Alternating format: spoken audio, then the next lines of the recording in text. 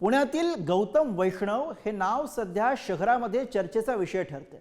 यामागचं कारण म्हणजे त्यांची आगळी वेगळी अशी कला, रॉक बॅलन्सिंग। दगडांवरती दगड ठेवून तयार केलेली ही जादुई कलाकृती थक्क करून टाकते। ते नेमकं हे कसं साधतात तुम्हीच बघा।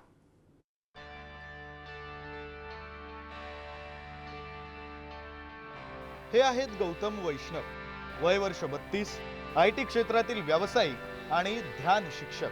त्यांना एक आगळी वेगळी सिद्धी प्राप्त झाली आहे आणि ती म्हणजे दगडांवर दगड रचून आकर्षक जादुई कलाकृती तयार करण्याची। या आगळ्या वेगळ्या कलेचं नाव आहे रॉक बॅलन्सिंग।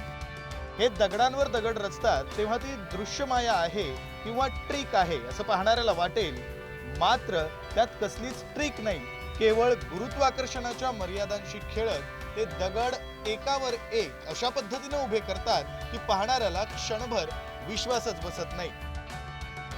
ते दगडांच्या आकर्षक आणि नयनरम्य रचना तयार करतात, अगदी संयमानं आणि श्वास रोखून। नदी किनारे, डोंगर उतार, पार्क या ठिकाणी ते आपली कला सादर करत असतात आणि प्रत्येक वेळेस ती पाहून लोक थक्क होतात। दगडांची ही कलाकृती साकारण्यासाठी ते कोणतेही यंत्र, चिकटवण्यासाठी गोंद किंवा अन्य कोणतेही बाह्य साधन वापरत नाहीत। फक्त निसर्गदत्त दगड आणि मानवी संयम याचं अनोखं मिश्रण म्हणजे गौतम वैष्णव यांचं रॉक बॅलन्सिंग आर्ट। बेसिकली ह्याला म्हणतात रॉक बॅलन्सिंग। हे चर्चेत येतंय कारण की हे काहीतरी अनयुज्युअल आहे आणि खरं तर तुम्ही जेव्हा कुठेही फिरता तेव्हा तुम्हाला एकावर एक दगडी अशी दिसतात आणि जेव्हा आम्ही रचतो आणि लोकांना थांबवतो तर ती अशी काहीतरी रचतो। तर त्याच्या मागचं पर्स्पेक्टिव्ह हाच आहे की आपण त्या माणसाला म्हणजे तो ट्रिगर करतो त्याची क्युरिओसिटी की अरे हे कसं काय शक्य आहे। सो तो जो ट्रिगर पॉइंट आहे तो ट्रिगर केल्यामुळं माणूस थांबतो। जे आजच्या युगामध्ये सर्वात मेन फॅक्टर इज अटेन्शन, तर ते अटेन्शन मी ग्रॅब करतोय। गौतम यांना ही कला शिकण्याची प्रेरणा एका मित्राकडून मिळाली। मित्रानं त्यांना विटा बॅलन्स करण्याचं आव्हान दिलं। अवघ्या 45 मिनिटांच्या प्रयत्नांनंतर त्यांनी ते साध्य केलं आणि त्या क्षणानं त्यांच्या आयुष्याला नवं वळण मिळालं। गौतम यांच्या मते रॉक बॅलन्सिंग ही केवळ एक कला नसून ही एक प्रकारची ध्यानधारणा आहे। दगड हाताळताना मन शांत होत जातं आणि अनेकदा त्यांना काम करताना जवळपास ध्यान साधनेसारखाच अनुभव येतो। एक तर आहे की तुम्ही तुमचा फोकस वाढवू शकता, येस। दुसरं आहे तुमची स्थिरता, स्टिलनेस। तिसरं आहे पेशन्स राहतात माणसामध्ये, माणूस स्थिर राहतो की हां होऊन जाईल आणि नेव्हर गिव्हिंग अप ॲटिट्यूड राहतो की आत्ता नाही होते, 2 मिनिटात नाही होते, 4 मिनिटात नाही होते, 5 मिनिटात नाही होणार।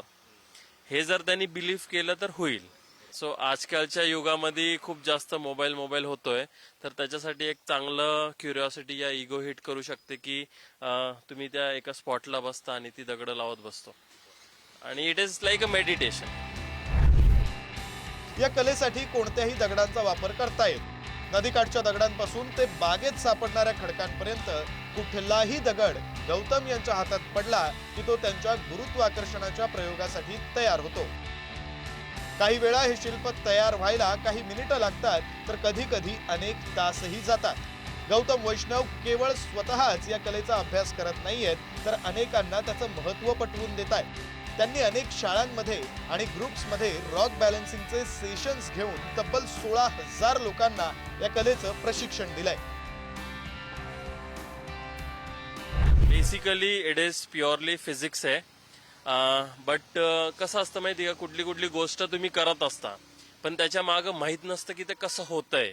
ओके, सो जेव्हा मी नवीन लोकांना शिकवतो त्यांना माहिती असतं की ते कसं करतायत, पण त्याच्या मागचं जे टेक्निकल नॉलेज आहे ते नसतं।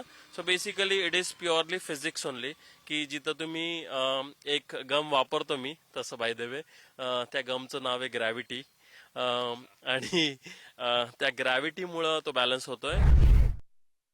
गौतम यांनी आपल्या या अनोख्या कलेची चित्र आणि व्हिडिओ सोशल मीडियावर शेअर करून बरेच चाहते निर्माण केलेत।